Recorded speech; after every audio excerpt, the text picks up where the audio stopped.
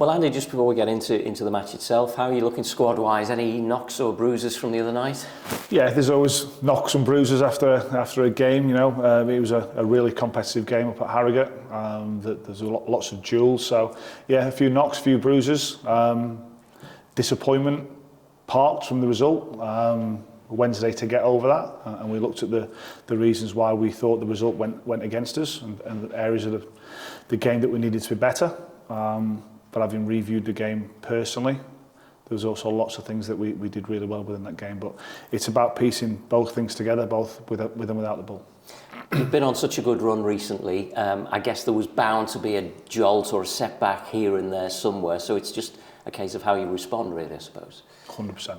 It is, and the couple of days we've had in since that game have been really good. I say we spoke about the reasons why we lost the game, and there were certain players whose level of performance wasn't what they had been doing, and collectively we then came down on the wrong side of the result. But I said there was lots of things that we did well, and it's important that we continue to build on those things and areas that we need to keep improving on. So whether we've won the game or we haven't, we're still looking to how we can improve our game plan, so to speak. So we've been working together now for just over 4 weeks.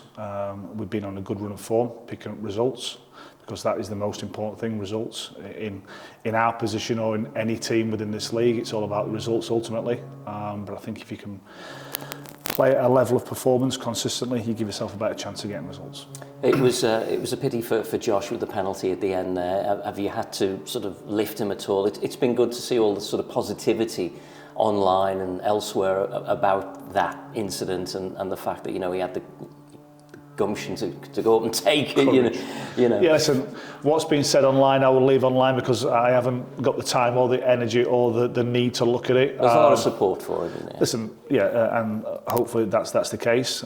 Sometimes social media isn't very supportive, is it? So hence why I don't look. But you know, as I said after post game, you know, he had the courage and the bravery to take it in that situation. And if we get a penalty in the first minute tomorrow, I expect him to step up and take it. It's a big game. Obviously, you've got the home crowd there. It's an early kick-off. I don't know whether does that affect anything in terms of your approach to the game? I think it affects the players in terms of their preparation. They obviously have to tweak little things. It's a kick-off 2.25 hours earlier than normal, so yeah, little tweaks for them as players, and obviously some of our times, things change obviously, but no, it's going to be a warm day, which is going to influence the game, I would imagine. But it's just important that we get back to the level of performance that we've been playing at regularly, and that we're consistent in that. We're playing against a really good team in Chesterfield, managed by Paul Cook, who's been a really experienced manager and who's had success at a number of clubs. And they're a team who can still get out of this league at the end of the season. So you know, they've obviously been on a good run of form like we had. They won on Tuesday night. So it's going to be a good game between two good teams who are trying to play in a similar manner. So it's a game we're obviously looking forward to. And I think it's really important that our supporters turn up and create a really good atmosphere, a really good noise, and encourage our players. And so then when we need them again, when we may be struggling within the game, that they're right behind us. And together we need to keep picking up points, we need to keep picking up wins, and we've got 6 games left to do that. Yeah, Paul Cook obviously is a very experienced manager, and he's got, you know, a lot of history with Tranmere Rovers as well. They've got Will Grigg up front, you know, dangerous player. So it's one of those games that you can measure yourself against one of the other sides at the other end of the table. Yeah, listen, during the 6-game run we had, we play against teams who are at the top of the division. We don't have to ignore that fact. You know, Port Vale, Grimsby, Bradford, we've played teams in around the top of this division, so we respect everyone we play against. Tomorrow's game will be different from Tuesday nights because the opposition have a different way of playing, so we have to be prepared for that, we have to respect that, but ultimately it's about what we're going to try and do. The gap now is 4 points.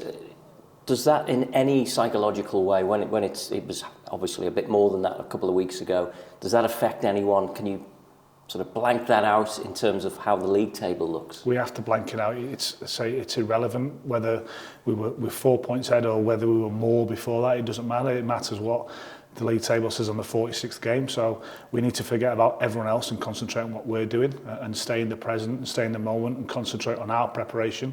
And if we get our preparation right, we give ourselves a better chance of performing on the day. With the earlier kick-off, again, this is maybe for others to look at, you know, on paper, it's a psychological chance to put a bit of pressure on Morecambe and Accrington because you're playing before them.